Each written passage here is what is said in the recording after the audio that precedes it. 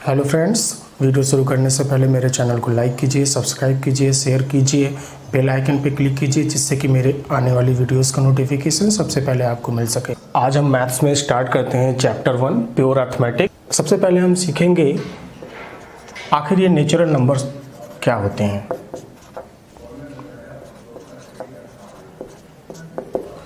इंसान धरती पर आया तो उसने सबसे पहले नेचुरल नंबर के बारे में ही सीखा और फिंगर्स ने इम्पोर्टेंट रोल प्ले किया नंबर्स को समझने के लिए, जैसे 1 2 3 4 5 6 7 8 9 10। इसको हम लिख लेते हैं 1 2 3 4 5 डैश डैश डैश। उसके बाद इंसान ने किसी भी क्वांटिटी का या भी किसी भी थिंग का ब्रेकिंग सीखी। जैसे सपोज आपके पास एक ब्रेड है और किसी ने कहा उसका आधा पार्ट कर दो, तो आपने तुरंत हाफ लिख दिया। उसी ब्रेड का अगर 1/3 पार्ट कर दो, आपने तुरंत लिख दिया। उसी ब्रेड का अगर आप 12/13 पार्ट लिख दो, आपने ब्रेक कर दिया। उसी का 1/4 पार्ट कर दो, उसी का 1/5 पार्ट कर दो, उसी का 12/19 पार्ट कर दो।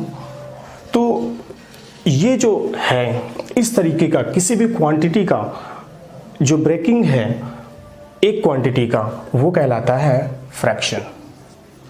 इसका मतलब सेकंड हो गया हमारे पास फ्रैक्शन। इसमें तीसरी बात हम करेंगे रियल नंबर्स के बारे में। रियल नंबर को कैपिटल आर से रिप्रेजेंट करते हैं। इसमें कुछ ऐसे नंबर्स लिखेंगे जिनको आप 6th 7th 8th क्लास में ऑलरेडी पढ़ चुके हो। जैसे कि आपने ऐसे नंबर्स देखे होंगे √2, √3, √5, √11 डैश डैश डैश।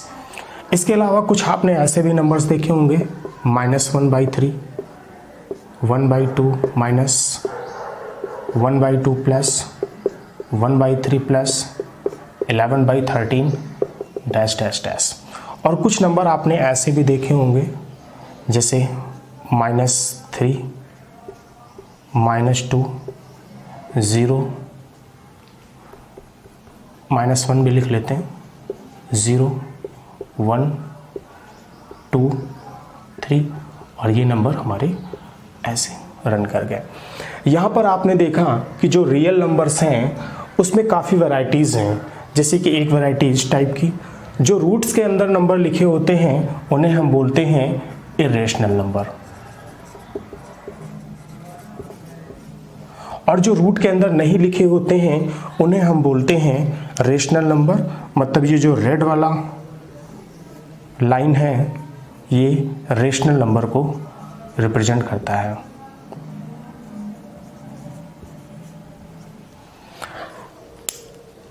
इसका मतलब ये क्लियर हो जाता है कि जो रियल नंबर है वो दो पार्ट्स में ब्रेक हो जाता है, एक तो इरेशनल नंबर में और एक रेशनल नंबर में। क्लियर? रेशनल नंबर में भी कुछ वैरायटीज हैं। एक तो ये वाली वैरायटीज आप यहाँ देख सकते हैं, ये फ्रैक्शन है, इसका मतलब ये फ्रैक्शन है।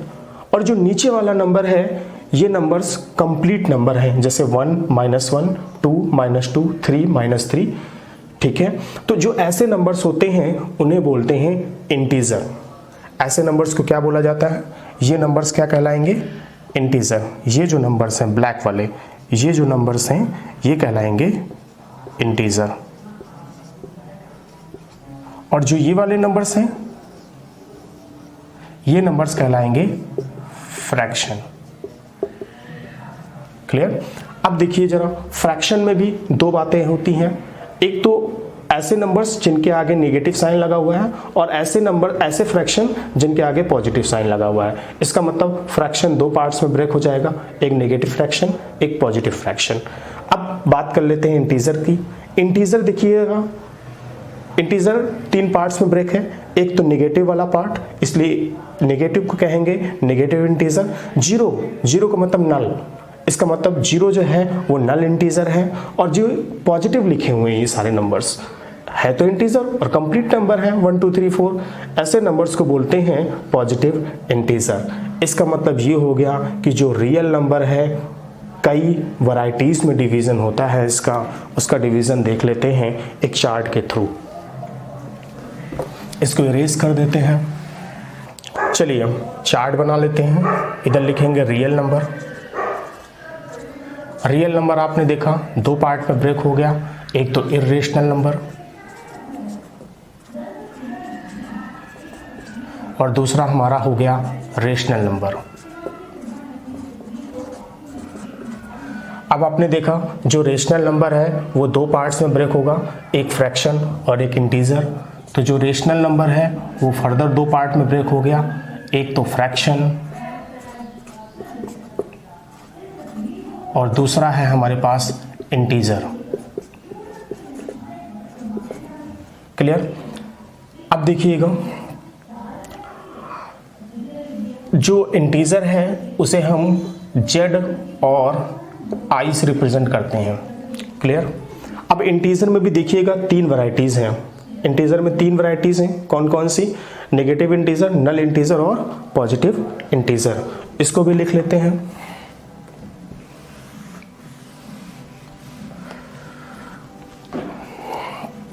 यहां पर देखिएगा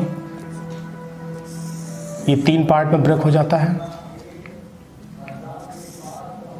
पहला है नेगेटिव इंटीजर, दूसरा है नल इंटीजर और तीसरा है पॉजिटिव इंटीजर। क्लियर? इसको इरेज कर देते हैं।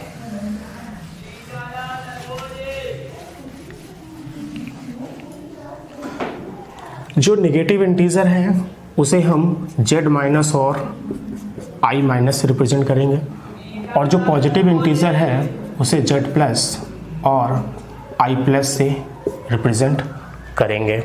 क्लियर? अब इसको वन बाय वन डिफाइन कर लेते हैं। फोर्थ नंबर डाल देते हैं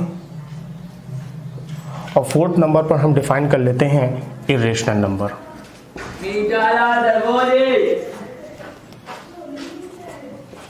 इर्रेशनल नंबर। अब यहां पर देखिएगा इर्रेशनल नंबर्स तो आप पढ़ चुके हैं, सिर्फ उसको लिख लेते हैं, जैसे √3, √7। अब यहां पर देखिएगा फोर्थ नंबर की बात कर लेते हैं, फिर फोर्थ हो गया। फिफ्थ नंबर की बात कर लेते हैं हम रेशनल नंबर की।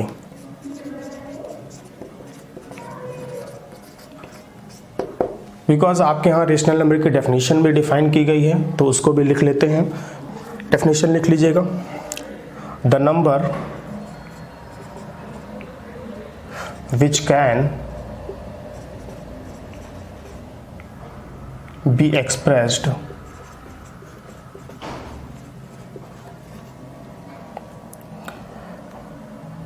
in P upon Q where P and Q both integer and Q not equal to 0 is called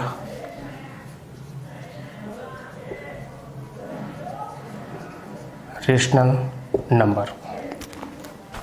definition से बहुत ज़्यादा समझ में नहीं आया होगा, लेकिन अदर एग्जाम्पल से हम इसे समझने की कोशिश करते हैं।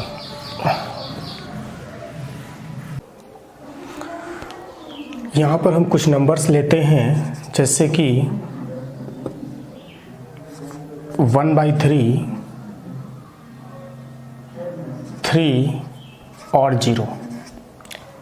एक नंबर पहले 1/3 लिख लेते हैं जो कि P अपॉन Q के फॉर्म में लिखा हुआ है, where P equal to 1, Q equal to 3 and Q not equal to 0। यहाँ पर देखते हैं अगर Q 0 हो जाए तो क्या होगा। इफ एक एग्जाम्पल के थ्रू समझते हैं। 2/0 लिखा हुआ है, इसका मतलब होगा इनफाइनाइट, नॉट डिफाइन। इसी वजह से डिनोमिनेटर कभी जीरो नहीं होता, क्योंकि अगर डिनोमिनेटर जीरो हो जाएगा तो फंक्शन नॉट डिफाइन हो जाएगा या फिर जो नंबर है वो नॉट डिफाइन हो जाएगा। इसीलिए डिनोमिनेटर कभी जीरो नहीं हो सकता। दूसरा एग्जांपल है आपके पास 3 को हम लिख सकते हैं 3/1 और इसको भी P/Q के फॉर्म में लिखा जा सकता है, where P = 3, Q = 1 and Q ≠ 0। ये भी आपका डिफाइन हो गया। एक स्पेशल नंबर है जो जीरो को समझ लेते हैं थोड़ा सा। अगर लिखा हुआ है जीरो का मतलब ये हो गया कि 0/1 और इसका मतलब हो गया P/Q where P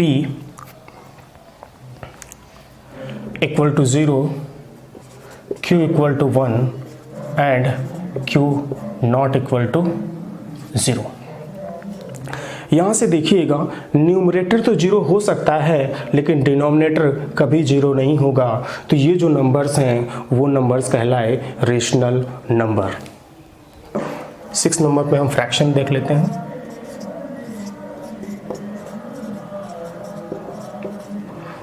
fraction 2 parts में ब्रेक हुआ था।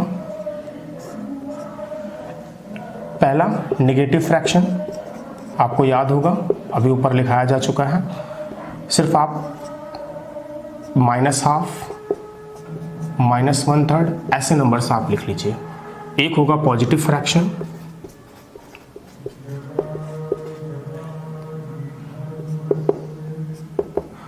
सिर्फ एग्जांपल लेकर छोड़ दीजिए। 1/2, 1/3, 11/13 डैश। क्लियर? फ्रैक्शन की भी कहानी खत्म होती है। उसके बाद 7 नंबर पे आपका आता है इंटीजर।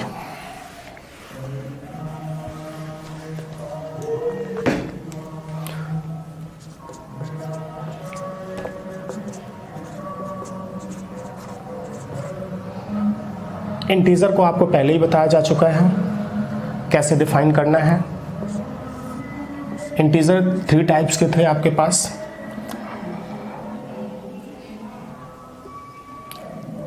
पहला था नेगेटिव इंटीजर,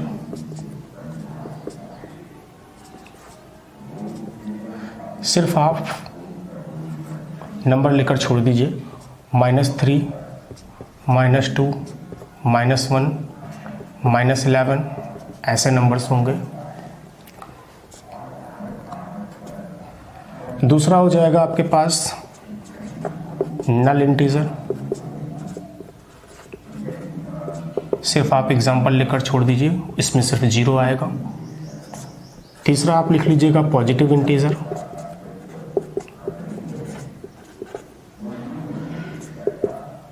इसमें आपके आएंगे 1, 2, 3, 4 डैश। और ये जो नल इंटीजर और पॉजिटिव इंटीजर दोनों मिल करके होल नंबर बनाएंगे। इसको भी आप बहुत अच्छी तरीके से जानते हो। तो इसी के साथ मेरा ये लेक्चर 1 एंड होता है। Thank you.